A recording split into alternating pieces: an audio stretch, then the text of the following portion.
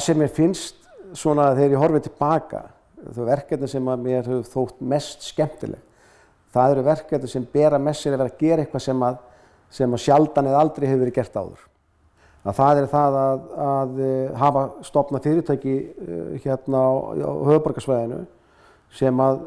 átti sér enga samstæðu, og síðan þegar ég fer til Súðavíkur þá í rauninni sem sveitarstjóri þá fór ég mjög óhefðbundnar leiðir í að gera eitthvað sem að sveitarfélög hefðu ekki gert áður,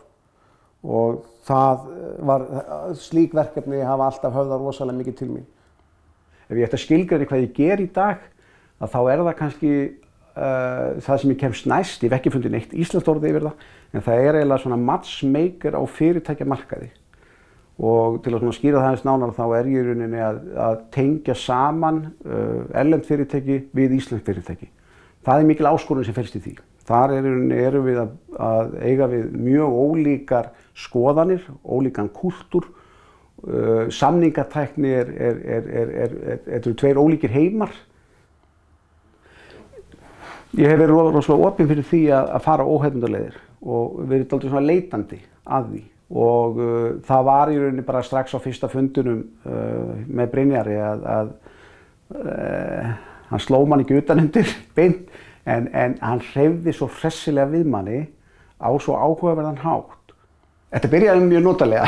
hann bauð okkur velkomin og allt það, en það var ekki liðin mínúta þegar hann fann að keyra á okkur. Og bara hann svona spurði mjög krefjandi spurninga, djúpra spurninga, og sem var áttið út í basli með að bara greina eða átt að sjá eða vita svörin við. Og þannig að fyrsti kynningarfundur var þannig að maður hugsaði alveg hann í 2-3 daga og eftir. Bara hvað hann hefði sagt, hvernig hann hefði sagt það, hvað hann var að fara með mann í þeirri vegferð sem maður sá geta verið framundan ef maður héldi áfram. Þannig ég var í sjálfu sér ekki nokkru vafi með það að eftir þennan fyrsta kynningarfund að ég var tilbúin til að fara lengra í því. Ég hef gaman að því þegar ég kem inn á vinnustofu hjá honum að hann áða til í upphafi að henda út einhverjum spurningu og viðbrögðin úr salnum eru kannski mjög yfirborðskennd og það getur farið hluta tímanum í að bara henda því í burtu, og það myndast alveg svona, fólk verður heiðarlegt og svo byrjar hann að kafa og það getur farið aldrei tími í það að kafa í mjög einfaldar spurningu, til dæmis eins og mann eftir einnig spurningu getur þú mælt ást á makaðinum eða börnunum, skilur mig, getur þú mælt hana, veistu hvað hún er, veistu hvað þú er staðsettur, og þetta er svona alls konar svör en svo er farið bara dálítið dýpra og dýpra og dýpra, og í lok tímas þá stendur maður upp og maður er kannski 2-3 daga að melta það, og það er þetta sem hann kannski Brynjar í tekst svo vel, að hann fer af yfirborðinu með hvern og einn og alveg ofan í kjarnan, þar sem er mjög krefjandi og getur verið mikið verkefni, og þar í rauninni fer vinnan að skila sér. Ég man á þessum tíma þegar ég er að byrja, þá var ég mitt í einu svona krefjandi verkefni, mannlegum samskiptum milli tveggja menningar heima, og ég tók samtal við Brynjar á þessum tíma og svona aðeins var að segja honum bara hvað ég væri að koma og hver mín svona verkefni væru, og hann gerði mjög lítið úr því. Fyrir mér var þetta stórmál,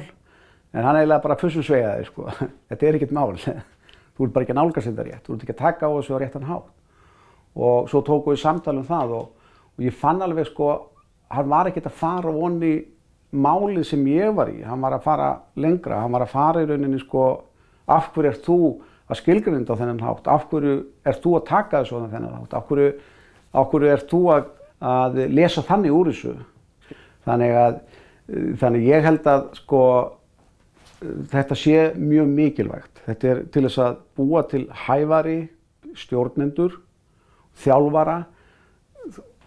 hæfari maka, hæfari föður.